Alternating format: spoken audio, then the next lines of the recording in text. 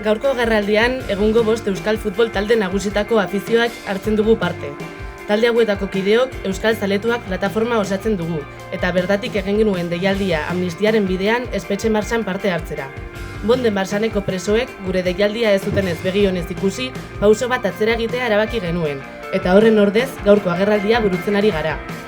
Honen bestez, gaurko prentsaurrekoaren xedea, gure batasuna zertan oinarritzen den argitzea eta euskal preso, ieslari eta deportatuen defentsan aurkitzen dugu.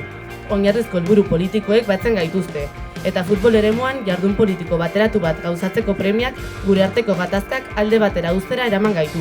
Honen bestez, aurrez aipaturiko helburuek Euskal Herriaren askatasuna eta jendarte sozialista baten aldarrikapena eginez hartzen dute zentzua. Futbolak egungo gizartean duen oihartzunaz jabe garenez futbol eremua gainditzen duten aldarrikapenen boltzora izateko konpromisoa hartzen dugu. Aldarrikapen horien artean, gure ikuspuntutik lehen mailako garrantzia du euskal preso, ieslari eta errefuxiatu politikoen egoeraren sozializazioak eta defentsa burutzeak.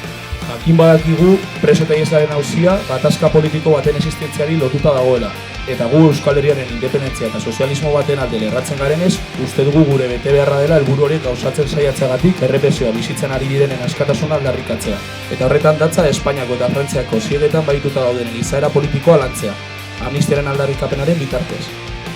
Izan ere, aurrez aipaturiko helburuak gauzatu ezean gatazka politikoa existituko da, eta bien bitartean aktualitatea izango da amnistiaren aldarriak. Aldarrikapen hau monopolizatu ezin den zerbait dela uste dugu. Euskal Zaletuen iniziatiba izan zen espetxe martxa bateratu bat deitzea.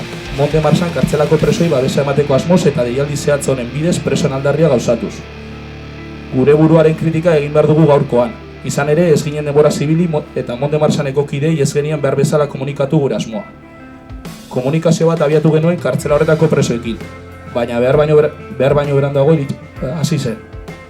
Gainera Euskal Herrian egun existitzen diren tentsio politikoak ezagututa, are finago ibiltzea zegokigun. Esan beharra dugu aitzitik ez genuela erantzun hau espero. Borondate honenez ari baikara lanean, gatazka zehatzak gainditu eta gure esparrutik aurrez aipaturiko helburu politikoei orokorrean bultzadatzo bat ematea baita gure asmoa. Kontrara ez ditugu begionez ikusten gure eremutik kanpo egin zaizkigun kritikak eta jaso ditugu nahi zenbait erantzun.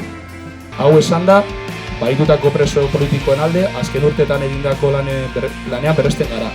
Azken finean, hamarkada luzez, talde ezberdinek euren armaietan egindako lanaren jarraipen bateratu bat besterik ez gara.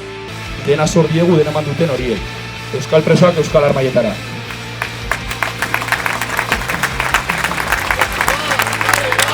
Amnistia osoa, presoak kalera, amnistia osoa.